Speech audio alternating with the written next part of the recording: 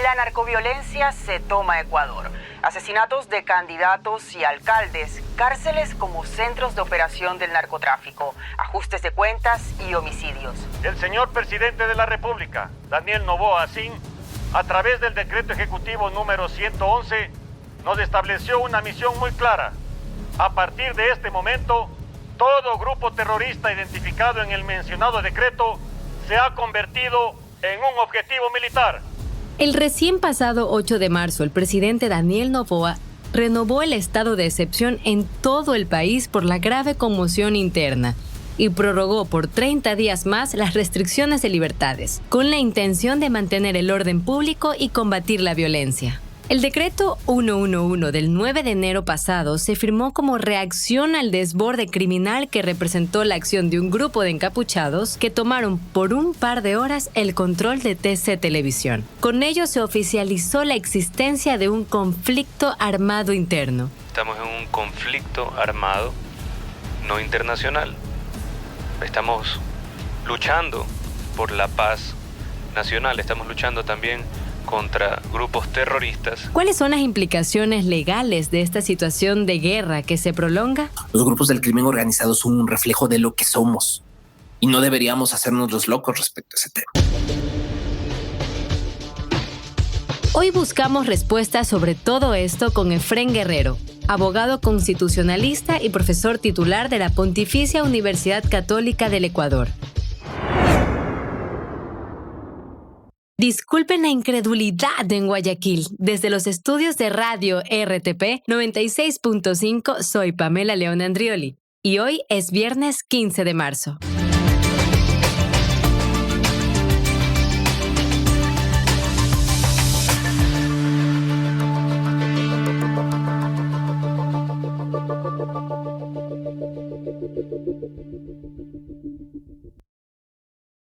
Entremos en materia. Le quiero preguntar sobre los parámetros que se han establecido, por ejemplo, en el caso Tadish, respecto de la intensidad del conflicto y de la organización de los beligerantes. Y si es que es posible que se pueda establecer de manera muy clara si estamos o no en presencia de un conflicto armado no internacional. ¿Qué creo yo sobre la situación que está sucediendo? En primer lugar, el decreto 111 es inédito en la historia constitucional ecuatoriana, por lo menos porque la Constitución del 2008 es la primera vez que se utiliza la causal de conflicto armado interno. La última vez que sucedió fue en el año 95 en el conflicto bélico del CENEPA, del Alto CENEPA.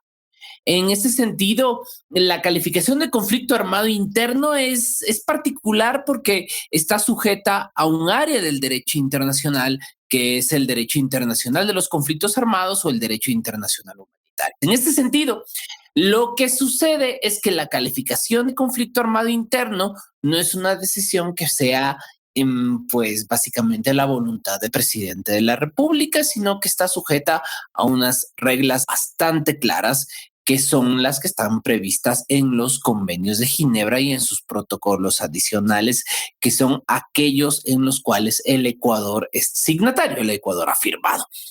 ¿Qué es lo que pasa en un conflicto armado interno? ¿Qué es lo que te dice el artículo 3 común de los convenios de Ginebra y su protocolo adicional 2, que son las normas que definen esto?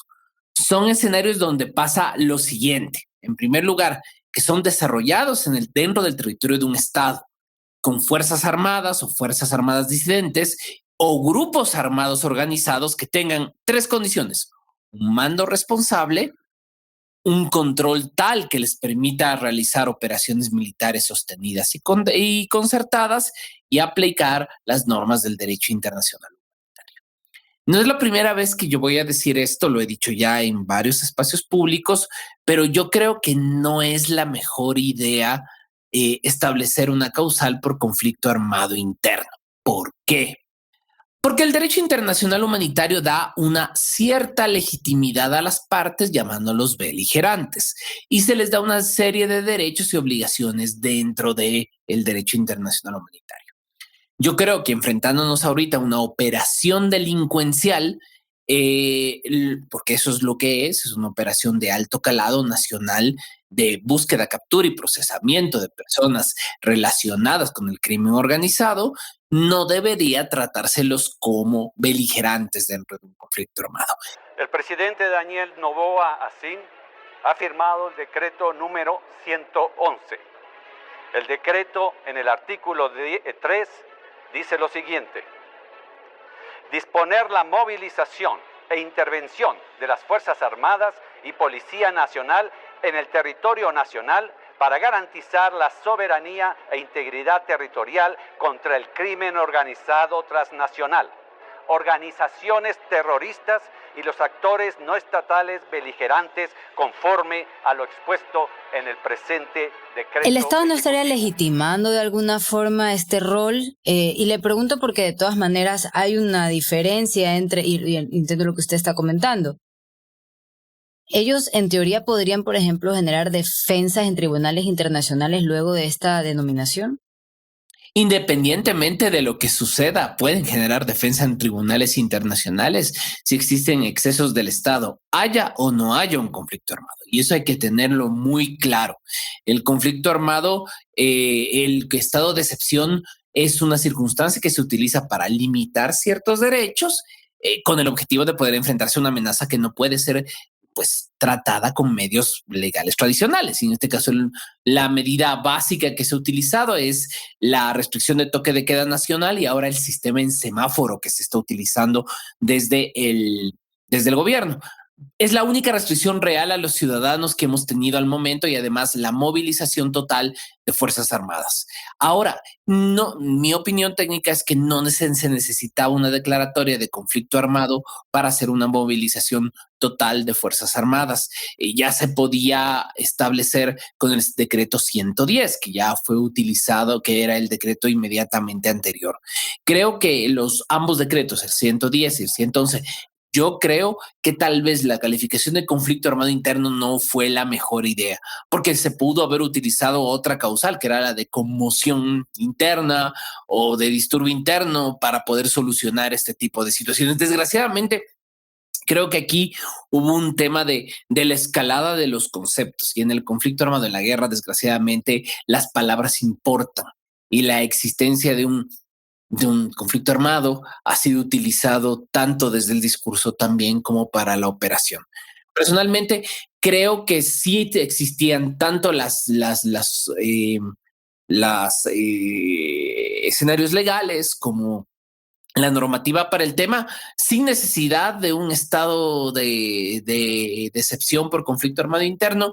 Creo que ahí en este momento debería analizarse por qué los gobiernos anteriores, teniendo las mismas herramientas legales, no utilizaron estas mecánicas, qué decisión faltó, cuál es el escenario, pero eso ya dependerá del intríngulis político. Realmente, ¿qué tan cierto es que el crimen organizado esté librando una guerra en contra del Estado ecuatoriano? O sea, yo le pregunto porque de todas maneras, todo este contexto adverso que también nace de un 9 de enero que configura las dinámicas de delincuencia de una forma inédita en el país, al menos yo antes no lo había visto, pueden justificar ciertas cosas, pero ¿es o no es? No debemos olvidarnos que hasta hace 3 años tuvimos una de los picos de COVID más altos del mundo y eso generó, especialmente en Guayaquil, un vacío del Estado, un vacío de la estructura estatal. Y hay una frase que a mí me gusta de un profesor amigo mío, que la naturaleza odia el vacío. Y en los vacíos de autoridad se ocupan unos poderes fácticos. ¿Qué poderes fácticos en este caso? El crimen organizado.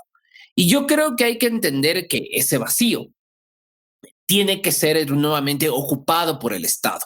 Estos poderes no legítimos, estos poderes nacidos de la fuerza y de la crueldad, tienen que ser ocupados con la fuerza del Estado, con todas las herramientas y todo el poder del Estado de Derecho. Lo importante es que el Estado de Derecho actúa con altura moral. Es mejor que los malosos. No sé si eso lo ponemos en palabras chavacanas, pero es así. El Estado tiene que actuar de mejor manera. Le pregunto, y justamente porque usted hablaba del sistema carcelario, ya entrando un poco en ese tema, que es ya de carácter más estructural, para el control carcelario y también el de las organizaciones delictivas, ¿realmente son necesarios los estados de excepción? Y si no lo son, por ejemplo, ¿cuáles serían los mecanismos idóneos a ser aplicados en democracia? Eso es un tema complicado porque tenemos varios problemas. Primero, nuestro número real de personas privadas de la libertad también es un tema sujeto a cierto misterio. Recordemos, el año antepasado tuvimos un censo carcelario que ya tuvo problemas por los problemas que esto genera, no saber la cantidad de personas privadas de la libertad de manera real dentro del territorio. Un segundo elemento que tenemos que tener claro respecto al tema carcelario es que el tema carcelario es parte de un proceso amplio de rehabilitación social. Desde que tú le coges al tipo la puerta en la entrada de la 8 hasta el momento que él sale de prisión, sale de un centro de rehabilitación después de cumplir una condena, esta persona está bajo control del Estado. ¿Qué condiciones les estás dando para que este tipo o esta tipa no vuelva a delinquir? Entonces, todas esas condiciones deben ser parte de un plan que creo que estamos viendo solo la parte de seguridad.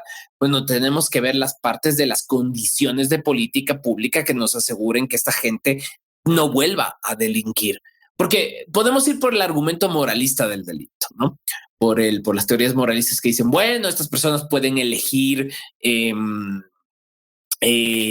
no delinquir porque son gente sensata, porque hay una elección racional. Pero vamos a ver, esto es Ecuador, con niveles de desnutrición bestiales, con una incapacidad de ascenso social y no pintamos sobre eso. O sea, estamos seguros que un tipo que nace en la puerta de la 8 va a llegar a trabajando duro la posibilidad de llegar a vivir a Isla Mocolí o sus descendientes o los descendientes de sus descendientes. No, y cuando también se conectan, digamos, este bienestar en estrechez, por decirlo de alguna forma, ¿no? Que es cuando, por ejemplo, te dicen hay gratuidad en la educación, pero, digamos, no hay un sistema de vías que me pueda llevar a esa universidad. O sea, la condición de bienestar es también desconectada. El precio de salida en Colombia ronda los 3.000 euros por kilo. En Alemania, los traficantes cobran más de 10 veces esa cantidad. Pensemos, ¿cuánto cuesta un kilo de cocaína en el Ecuador? Los costos que plantean los analistas están entre los $1,000 a $2,000 el kilo. El problema es que este es el producto más redituable del mundo a nivel comercial. Si tú revisas Stata o alguna de las páginas de precios, también te ponen el precio de la cocaína por kilo alrededor del mundo. Si ya llega a Tijuana o si llega a El Paso, Texas, está entre los $10,000, $12,000. En las calles de Nueva York, Londres o Estocolmo te cuesta $100,000 el kilo. ¿Cómo luchas contra el producto que tiene mayor redituabilidad económica de la historia de la humanidad? Ni la sangre humana, ni los diamantes, ni la tecnología más avanzada tiene tan costo de intercambio tan alucinante. Estás escuchando Disculpen la Incredulidad, el podcast original de RTP 96.5 en Guayaquil. A las mafias que pretenden amedrentar a este país, quiero decirles que se equivocan. Se equivocan si creen que este gobierno va a actuar con la misma tibieza que los anteriores. Se equivocan si creen que nos va a temblar la mano. Les quiero decir que todos ustedes serán derrotados. Vamos a usar todo el poder de la ley para imponer el Estado de Derecho y garantizar la paz y los derechos humanos en los centros carcelarios del Ecuador. En gobiernos anteriores siempre hemos tenido la herramienta del 110, pero por más que se aplicó, bueno, pues los resultados eran nefastos. Y claro que esto no es culpa de la medida, pero un poco para comprender ese punto de vista que usted mantiene, ¿esta escalada de violencia justifica o no justifica? Es que la escalada de violencia tiene que justificarse con las herramientas que se tiene a mano. Hay una ley orgánica de uso progresivo de la fuerza aprobada por el presidente Lasso. Ya tenía sentencias de la Corte Constitucional que te decían cómo ejecutar las operaciones combinadas de policías y militares. Tercero, ya conocías el problema carcelario. Creo que cualquier persona que vive en Ecuador sabe cuál era el problema carcelario. Y tercero, había una identificación de las bandas. Y también tienes una estructura de seguridad por la Ley de Seguridad Nacional. Tienes al COSEPE como una estructura. Entonces yo considero que ya existían las herramientas legales. Ahora el tema del decreto 111 también hay que entenderlo en función de lo que pasó entre el 8 y el 9, ¿no? Los autos incendiados en todo el país, lo que pasó en TC, el pánico que generó esto, las redes sociales que se volvieron un lugar espantoso donde cada uno ponía esto más dramático que el otro. Y no nos olvidemos que la escalada viene con el asesinato de un candidato presidencial, perdón. Normalmente en otros países ha generado guerras civiles. O sea, creo que nosotros, dentro de un escenario horrible, el Estado ha tenido cierta presencia y cierta respuesta.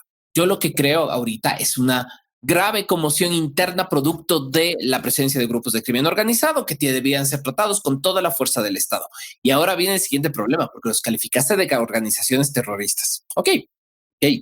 La calificación de organización terrorista está previsto en el COIP. Y justo durante muchísimos años, desde el año 2014, hubo dudas respecto al tipo penal de terrorismo que está en el COIP, porque se utilizó de manera muy abierta. Es uno de estos tipos penales que se conocen como politizados o tipos penales en el cual tú generas un enemigo. Y eso es lo que llaman mucho los penalistas derecho penal del enemigo. Si bien no hay un alto mando levantado en armas, me refiero al otro lado, hay claramente un enemigo allí. Entonces, y eso me lleva a mi siguiente pregunta, que si es que, por ejemplo, la declaratoria de los decretos 110 y 111 implican necesariamente una carta blanca para matar a grupos de delincuencia. Esto porque entiendo que este decreto, a grosso modo, es el paso del uso legítimo de la fuerza al uso letal de la fuerza. Es que siempre existió el uso letal de la fuerza. Es que yo no entiendo por qué la gente se confunde con eso. Qué terrible. Es clarísimo. Y tengo que decirlo claro. En todo el derecho internacional de los derechos humanos no dice nada en ningún lado que los cuerpos y fuerzas de seguridad del Estado no puedan utilizar la fuerza letal en caso que su vida esté amenazado o la vida de terceros esté amenazada.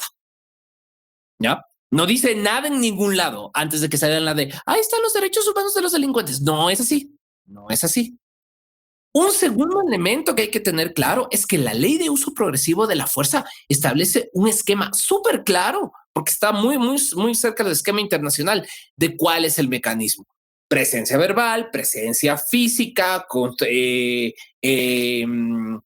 uso de fuerza física contra la persona detenida, uso de munición letal, uso de fuerza letal. Está claro el orden. Y los policías y militares lo saben también muy bien. Entonces, lo que a mí me generó es que también había otro tipo de mensajes que hay que analizar, ¿no? Que va a haber los indultos y ojo que ya vieron que esa pregunta respecto a la prisión domiciliaria hacia policías y militares se salió de la consulta popular porque era una cosa de debido proceso bien complicada de justificar. Creo que ahí hay un tema de una falta de entendimiento sobre cuál es el uso progresivo de la fuerza. Y por tanto, lo que pasa de aquí en adelante es que ahora, hoy, aquí y ahora, siempre los policías y militares han tenido la capacidad y ese uso. Ahora viene que ahí hay otra reflexión que hay que hacer. Policías y militares se les tiene que dignificar y dar la dotación, entrenamiento y mecanismos para poder ejecutar su trabajo. O sea, si tú ves las plataformas de armamento que utiliza la policía versus las plataformas de armamento que se van deteniendo, tú te das cuenta también otro problema que tenemos detrás de este conflicto, que es el tráfico internacional de armas. O sea, plataformas de armamento, tú ves AR-15, CM4, CM16, con miras tácticas, con miras de punto rojo, munición 7.65 que te baja el Kevlar, mientras los militares están con equipamiento muy desactualizado. Entonces, ¿qué condiciones le puedes dar a la policía y al ejército si ellos no tienen las condiciones para poder operar? lo que sí hay es una narrativa que se yuxtapone a otros discursos y subyacen otras cosas, porque por ejemplo pasa lo del 9N y luego en ese mismo momento se declara el 111, el día anterior era el 110, luego se hace esta declaratoria de delincuentes a terroristas y luego pasan unos días y sale este hombre que amenazaba a la fiscal y dice que se va a entregar, y luego vienen una seguidilla de videos en donde se ve a la fuerza pública empoderada. Y luego pasa el tema de Fito y la esposa de Fito y regresan y entonces luego los dejan libres y luego sucede que eso empieza a calar también. Y nuevamente volvemos a ver la fragilidad de la justicia, es decir, todo este repunte que de alguna manera empoderaba ciertas cosas, regresan estas fragilidades que pueden llegar a decepcionar. Los grupos del crimen organizado son un reflejo de lo que somos y no deberíamos hacernos los locos respecto a ese tema. Es un reflejo de una sociedad hipercorrupta, de una sociedad hiperdesigual, de una sociedad hiperclasista, de una sociedad con unas movilidades sociales nulas que te hace imposible y te genera situaciones en que tú generas huecos de encapsulamiento de... ¿Dónde se da el crimen organizado? En los sectores donde hay más carencias, digamos. Una mezcla de malas condiciones de vida, más carencias, menos educación, más violencia de género, menos condiciones de servicios básicos. ¿Qué esperas? O sea, donde se ha fracturado el tejido social y, por ejemplo, es mucho más sencillo, y más que sencillo, es a corto plazo, ese tejido social adverso, digamos. La naturaleza detesta el vacío. Siempre se ocupan con poderes que utilizan mecanismos menos legítimos. La violencia es el mecanismo más potente de control social existente. No va a pasar otra cosa que no sea eso. Ahora, sí hay que entender también de que ahí creo que el gobierno también está entendiendo el papel de las culturas dentro de este tema. Por ejemplo, estos temas simbólicos del pintar las paredes de las cárceles, lo cual me parece escandaloso, ¿no? De que se haya autorizado que tengan sus murales, sus signos de unión, cuando bajo control del Estado tiene que haber cierto nivel de disciplina dentro de las prisiones. Entonces, eso es una pregunta que tiene que hacerse también a los gobiernos anteriores. ¿Por qué dejaron todo este tiempo? Todos son estas pequeñas preguntas. Yo creo que necesitamos, en todo conflicto, yo no voy a decir conflicto, no, en todo conflicto, tiene que haber tres cosas para que la cosa pueda rodar. Y no me lo estoy inventando yo, ya lo han dicho muchísimas veces los expertos, gente que sabe más que yo sobre el concepto de la transición hacia un estado normal. Y ahí hay tres elementos, ¿verdad? Saber qué pasó y cómo llegamos a esto, que creo que es algo que no estamos muy claros nadie, que todos vivimos bajo esta dictadura de la economía de la atención de redes sociales infectadas y comunicados basados en videos de WhatsApp. Justicia, que las personas que han sido responsables de todo esto sean procesadas y sean tratadas con toda la fuerza del Estado de Derecho. Y lo más complicado, que es reconciliación. Porque a mí me preocupa el tema de la patada hacia adelante. A mí este video que me impresionó de este muchacho que estaba desollándose el pecho por un tatuaje. No creo que vuelva a confiar en las fuerzas y cuerpos de seguridad del Estado. No creo que su familia vuelva a confiar en los cuerpos y fuerzas de seguridad del Estado. Creo que en ese sentido tiene que haber un ejercicio importante de saber qué es lo que esperamos como país después de esto.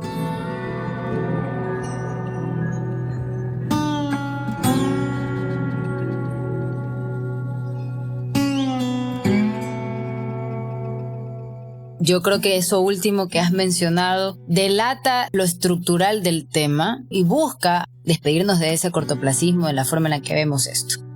Muchísimas gracias por acompañarnos hoy. Ha sido bastante gratificante conversar contigo. Listo, muchísimas gracias a todos y espero que les sirva para formarse su propia opinión, que es lo único importante. Disculpen la incredulidad es original de RTP Radio Podcast. La conducción es de quienes habla, Pamela León Andrioli. La producción y el diseño de sonido son de Benjamín Villagrán. Escucha todos nuestros episodios en infograma.net o en tu plataforma favorita de podcast. Nos encontramos el próximo viernes en otra entrega.